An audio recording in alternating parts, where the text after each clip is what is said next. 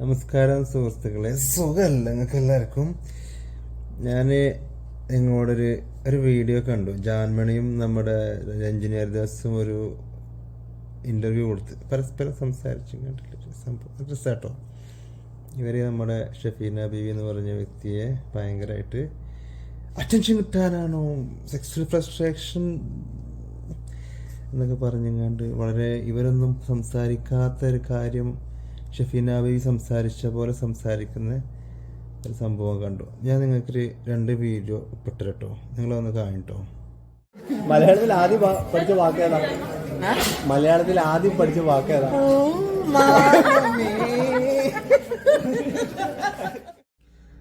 കേട്ടല്ലോ.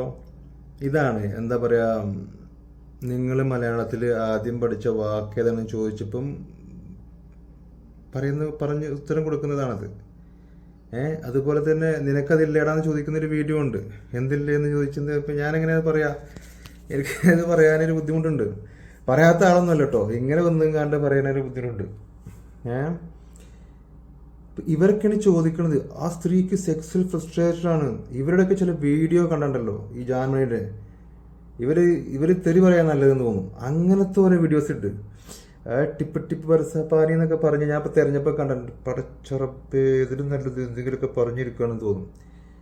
ഇവരുടെ കാട്ടിക്കൂട്ടിലൊക്കെ കണ്ടാൽ ഇവരൊക്കെയാണ് ഈ ഷഫീന ബീവി എന്ന് പറഞ്ഞ സ്ത്രീക്ക് ക്ലാസ് എടുക്കാൻ വന്നിരുന്നത്. പിന്നെ ഒരു എഞ്ചിനീയർ ദാസ് ഒരു സമയത്ത് ഒരു കള്ളം കുടിച്ചിങ്ങാണ്ട് തെറി പറയുന്ന ഒരു വീഡിയോ ഉണ്ട്.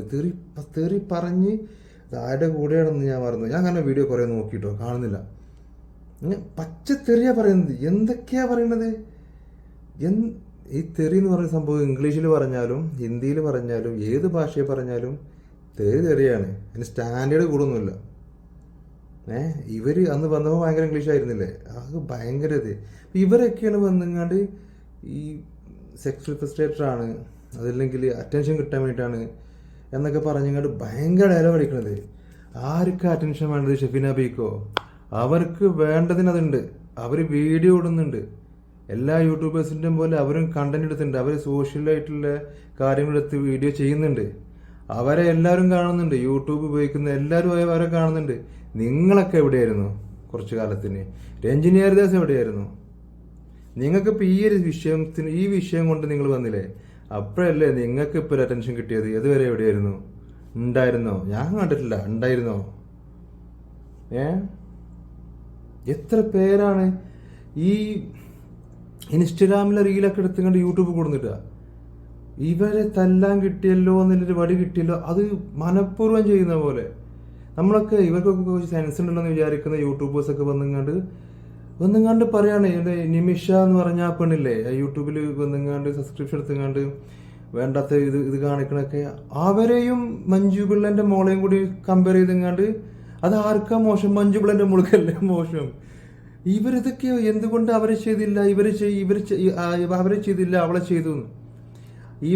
ഈ നിമിഷ എന്ന് പറഞ്ഞ പെണ്ണിനെ കണ്ടു കഴിഞ്ഞാൽ അയ്യേ എന്താ ഇവരിങ്ങനെയെന്ന് പറയുന്നത്. അതൊരു സ്ത്രീയെ ഒരു പ്രായമായി അത് അങ്ങനെയാണ്. ആരും അയ്യേ എന്താ ഈ സ്ത്രീക്ക് എന്നേ പറയുള്ളൂ. മറ്റുള്ളവർ അങ്ങനെയല്ല, മറ്റേ പെണ്ണ് അങ്ങനെയല്ല. അതൊരു ടീനേജറാണ്. അവരെ കണ്ട് പഠിക്കുന്ന, അവരെ കണ്ട് കൊള്ളാലോ എന്ന് ചിന്തിക്കുന്ന ഒരുപാട് ഒരു ഫോളോവേഴ്സ് അവർക്കുണ്ട്. അതിന് ഉദാഹരണമാണെങ്കിൽ ഒരു ഉമ്മത്തിക്കുട്ടി വന്നിക്കണ്, ഒരു പാവൽക്കുട്ടി, ഒരു എടുത്ത് പറഞ്ഞാലൊക്കെ അത് ഞാൻ എന്താകുമോ, ലിഫ്റ്റൊക്കെ വാരത്തി വെച്ചിട്ട് ഞങ്ങൾ ഫാൻസിന് ഭയങ്കര നിരാശയായി അതിൽ. പക്ഷെ ഇത് പിടിച്ചു എന്ന് പറഞ്ഞങ്ങാണ്ട് അവര് നാഗച്ചേച്ചിന്റെ ഒരു ഇത് ഇടുന്ന പോലെ, അതതിലും വലിയ കോമഡി.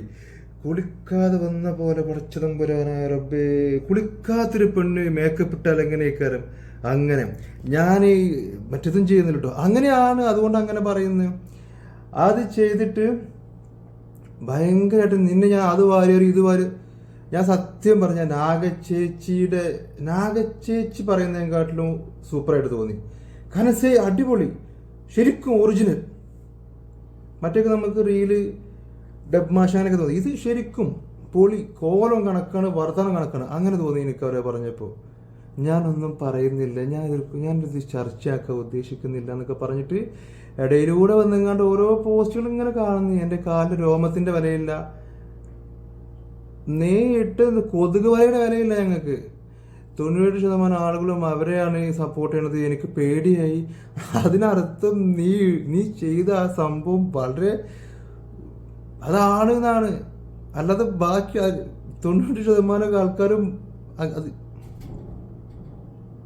കാറ്റ് അങ്ങനെ ഇതൊക്കെ പിന്നെ പറഞ്ഞു തന്നെയല്ലേ, ഇത് കണ്ടപ്പോൾ ഒരാള് പറഞ്ഞു തന്നെ പറയുന്നത് പഠിച്ചൊരു. അപ്പം അങ്ങനെയാണ്.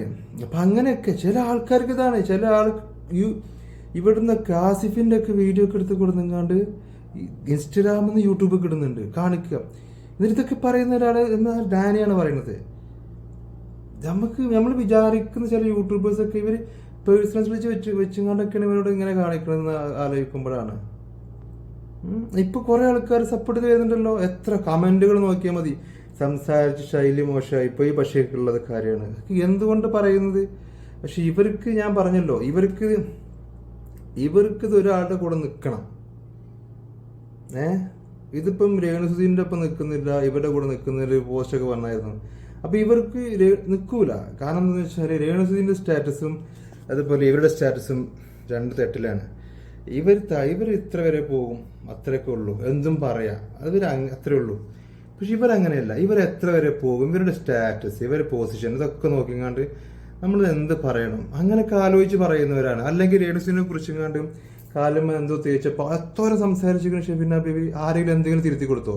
വന്ന് കൂടെ നിന്ന് സംസാരിച്ചിരിക്കണം ബാക്കിയുള്ള യൂട്യൂബേഴ്സ്. എന്താ അപ്പം തിരുത്താഞ്ഞത്? ഇവരെ കുറിച്ച് ഈ മഞ്ജുപിളന്റെ മോളെ കുറിച്ച് സംസാരിച്ചാൽ എന്ത് ഇമ്പാക്റ്റ് ഉണ്ടാകുക? അത് നമുക്ക് പണി കിട്ടുമോ? വേണ്ട. നമുക്കത് കണ്ടന്റ് ആണല്ലോ. അപ്പോൾ നമുക്ക് എന്ത് സംസാരിക്കണം. അപ്പോൾ നമുക്ക് എന്ത് ചെയ്യണം? ഒരു കാര്യം ചെയ്യുക, നമുക്ക് സപ്പോർട്ട് ചെയ്യുക. എന്തായാലും വ്യൂവർഷിപ്പ് ഉണ്ടാകുമല്ലോ, വ്യൂവേഴ്സും ഉണ്ടാകുമല്ലോ. അത്രേ ഉള്ളൂ അതിൻ്റെ കാര്യം. അതിന് നിങ്ങാണ്ട് രേണുസുധിക്ക് വേണ്ടി പോസ്റ്റിടുന്ന ആൾക്കാരൊന്നും കരഞ്ഞിട്ട് കാര്യമൊന്നുമില്ല. അത് വരെ നിങ്ങൾ മനസ്സിലാക്കിയാൽ മതി. ഇപ്പം എന്താ ആരും സംസാരിക്കാത്ത? എന്താണ് സപ്പോർട്ട് ഇങ്ങനെ ചെയ്യണ്ടോ? എന്താണ് ഒറ്റ സപ്പോർട്ട് ചെയ്ത് പിന്നെ സപ്പോർട്ട് ചെയ്തെന്താണ്?